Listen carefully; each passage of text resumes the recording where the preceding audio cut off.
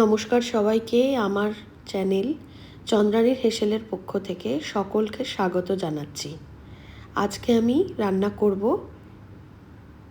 ভাঙন মাছের হালকা ঝোল।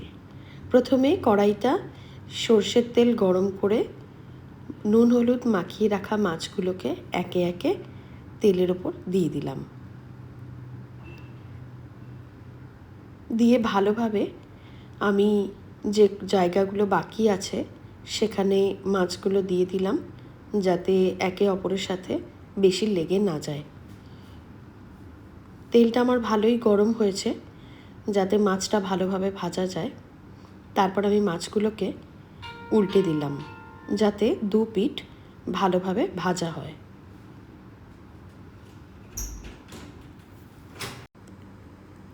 মাছগুলো ভালোভাবে ভেজে নিচ্ছি।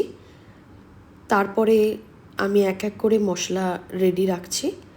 প্রথমে গোটা জিরে নিয়েছি। এই মাছের ঝোলে গোটা জিরেও দেওয়া যায়, আবার কালো জিরেও দেওয়া যায়। একটা ফোড়ন দিলে একটা ফোড়নের গন্ধ আর স্বাদ থাকে তরকারিতে, তাই তরকারিটা অত্যন্ত সুস্বাদুও হয়। আমি একে একে মাছগুলো ভাজা হয়ে গেলে প্লেটে তুলে নিলাম। তারপরে তেলটা আরেকটু গরম হতে দিলাম, যাতে মশলাগুলো একে একে দিলে তাড়াতাড়ি ভাজা হয়ে যায়। তারপর আমি আগে থেকে যে জিরে রেখেছিলাম সেটা ফোড়নে দিয়ে দিয়েছিলাম, আর দিয়েছিলাম আদা বাটা। আদা বাটাটা 2 চামচ মতো দিয়েছি, চায়ের চামচের 2 চামচ। যেহেতু মাছের পরিমাণ কম, তো তাতে 2 চামচ দিলেই যথেষ্ট। দিয়ে ভালো করে ওই তেলেই ভেজে নিলাম। জিরে আর আদাটা ভালোভাবে ভেজে নিয়ে তারপর আমি ওতে দিয়ে দিলাম হলুদ আর নুন একসাথে আগে থেকেই মিশিয়ে রেখেছিলাম। ওই চা চামচের 1.5 চামচ নুন আর চা চামচেরই 1 চামচ হলুদ গুঁড়ো দিয়ে ভালো করে ওই আদা আর গোটা জিরের সাথে নুন হলুদটা মাখিয়ে ভালো করে ভাজা ভাজা করে নিলাম। আর এটা দিলাম ধনের গুঁড়ো। এখানে আমি জিরের গুঁড়ো ইউজ করব না, যাতে ভাঙন মাছের ঝোলে এই ধনের গুঁড়ো দিয়ে রান্না করলে খুব সুন্দর একটা গন্ধ আসে, যেটা ভাতের সাথে খেতেও ভালো লাগে।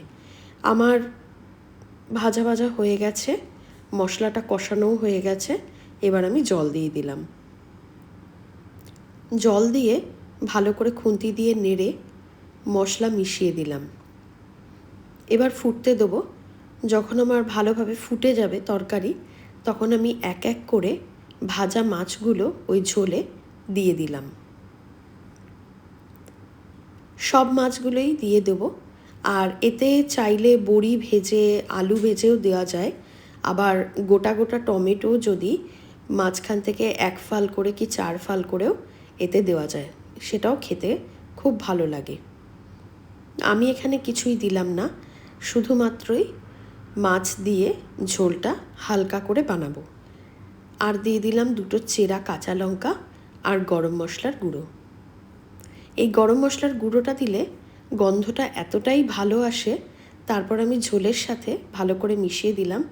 মাছগুলো একটু গরম ঝোলে ফোটাতে দিলাম, যাতে মশলাটা মাছের মধ্যে ঢুকে যায়। এইভাবে ফুটতে থাকলো।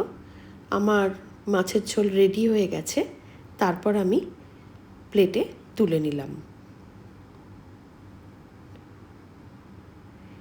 এই গোটা কাঁচা লঙ্কা কেউ চাইলে দিতেও পারে, না হলে এটা স্কিপও করে যেতে পারে, অথবা কাঁচা লঙ্কা বাটা দিলেও খেতে খুবই সুস্বাদু হয়।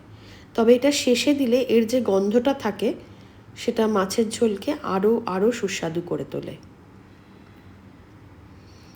আমি খুব হালকাভাবেই এই ঝোলটা করেছিলাম। তো আমার এখানে রেডি হয়ে গেল ভাঙন মাছের জিরে ফোড়ন দিয়ে ঝোল। Thank you for watching.